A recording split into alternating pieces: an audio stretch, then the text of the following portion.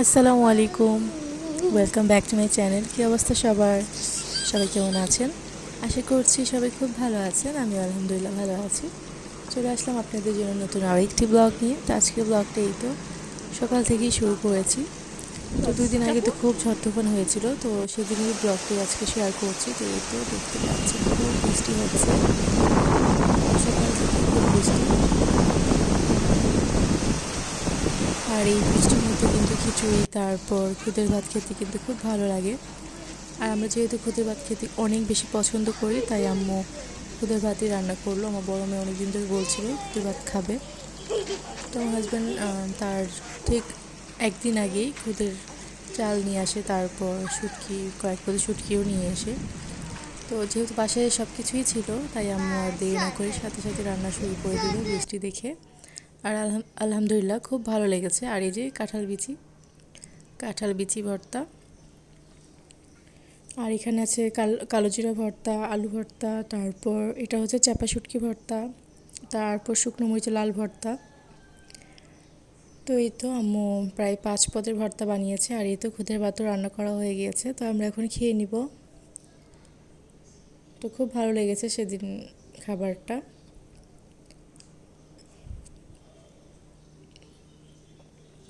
তো তো অনেকেই সেদিন খিচুড়ি রান্না করেছিল, আমি ফেসবুকে দেখেছি। মানে আমার পরিচিত যারা ছিলেন তারা অনেকেই খিচুড়ি রান্না করেছে। তো আমরা খুদের ভাতই রান্না করলাম, যেহেতু খুদের ভাতটা খেতে ভালো লাগে। তো এই তো আমার প্লেটে আমি সাজিয়ে নিয়েছি সব রকমের ভর্তা। তো খুদের ভাত তো চেপা ভর্তা ছাড়া খাওয়া একদমই অসম্ভব আমাদের কাছে। চেপা ভর্তা ছাড়া খুদের ভাত খেতে একদমই ভালো লাগে না। আর আমার হাজব্যান্ড কাঁঠাল বিচি ভর্তা খুব পছন্দ করে, তো ওর জন্য আর কি বানানো।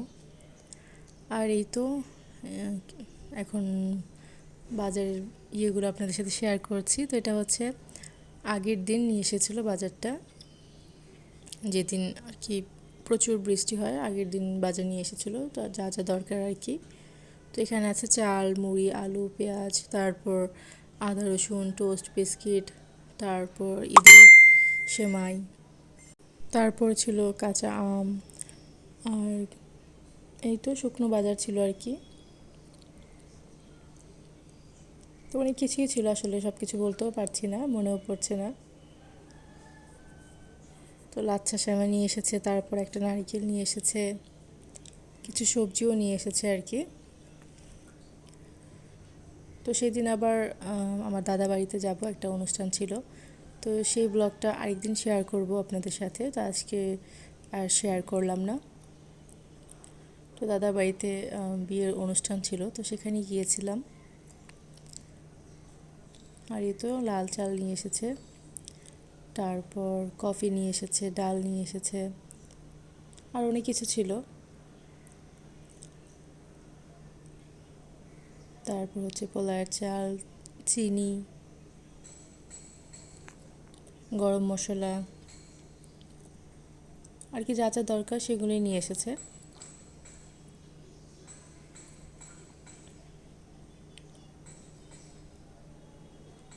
তো আমরা যেদিন খুদের ভাত খাই, তো সেদিন রাত্রে আবার আমার আম্মু আমার ছোট মামার ছেলের বউর জন্য পাঠিয়ে দেয় খুদের ভাত তারপর ভর্তা।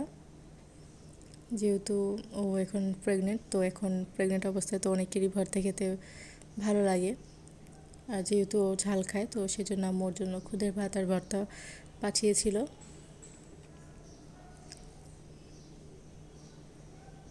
আর আম্মু অনেক দিন ধরে পাতলা খিচুড়ি খেতে যাচ্ছিল, তো আম্মু ভেবেছিল যে পরের দিনও বৃষ্টি হবে, ঠান্ডা ঠান্ডা থাকবে। তো এই তো পরের দিন আর যখন ঘুম থেকে উঠলাম, তখন দেখলাম যে না, বৃষ্টি আর হয়নি, বৃষ্টি একদম বন্ধ হয়ে গেছে। আর হালকা হালকা গরমও ছিল।